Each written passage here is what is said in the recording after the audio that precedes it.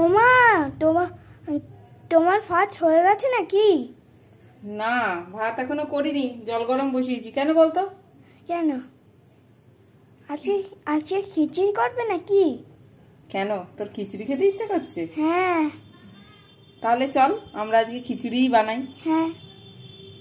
জল তো এখানে গরম বসিয়ে দিয়েছি, জল এদিকে গরম হয়ে গেছে। হ্যাঁ। আর এখানে এই দেখ, গোবিন্দভোগ চাল হ্যাঁ। আর মুগের ডাল আগে থেকে ভিজিয়ে রেখেছিলাম, সেটা এবার এর মধ্যে দিয়ে দেবো। চলে গেল। হ্যাঁ, গরম আছে দেখিস, সাবধানে করবি। হ্যাঁ, ঠিক আছে। এইটি ছিটকেছে একবার, অসুবিধা হয়নি তো? না না, ঠিক আছে। ভালো করে চাল আর ডালটা ধুয়ে একটু ভিজিয়ে রাখলে পরে রান্নাটা তাড়াতাড়ি হয়ে যায়, বুঝলি? বুঝলাম। তোর পড়া হয়ে গেছে? না, আমি তো বিকালবেলা ঘুমালাম তো। বিকেল বেলা ঘুমোলি? মানে রাত্রিবেলা ঘুমালাম না।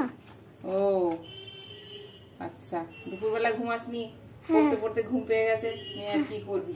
হ্যাঁ। ঘুম থেকে উঠে এখন আবার খিচুড়ি দেখতে চলে এসেছিস। হ্যাঁ।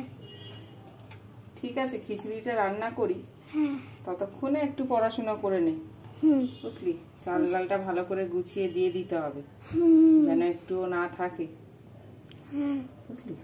ভালো করে দেওয়া হয়ে গেল, ফুটছে। হ্যাঁ। এখন আমি কি দেবো বলতো এর মধ্যে? সয়াবিন আর ফুলকপি। হ্যাঁ, সয়াবিন গুলো দিয়ে দেবো। দেখ কেমন সয়াবিন গুলো ভাসছে হাড়ির ভেতরে, দেখ। খুব ভালো, পুরো ভাবা। এবার দিয়ে দেবো এর মধ্যে ফুলকপি। ফুলকপি দিয়ে দেবো। হ্যাঁ। আর কি দেবো বলতো? ফুলের মতো লাগছে। আর কি? ফুলের মতো। আর দেবো এর মধ্যে গাজর। চিটকালো নাকি রে? না, চিৎকারতে যাচ্ছিল আমার, আমি হাঁটতে। ও দেখো কি, ফুলকপিটা আর একটু আছে, দিয়ে দিই। ফুলকপি, সয়াবিন, গাজর, এই দিয়েই আজকে খিচুড়িটা হবে।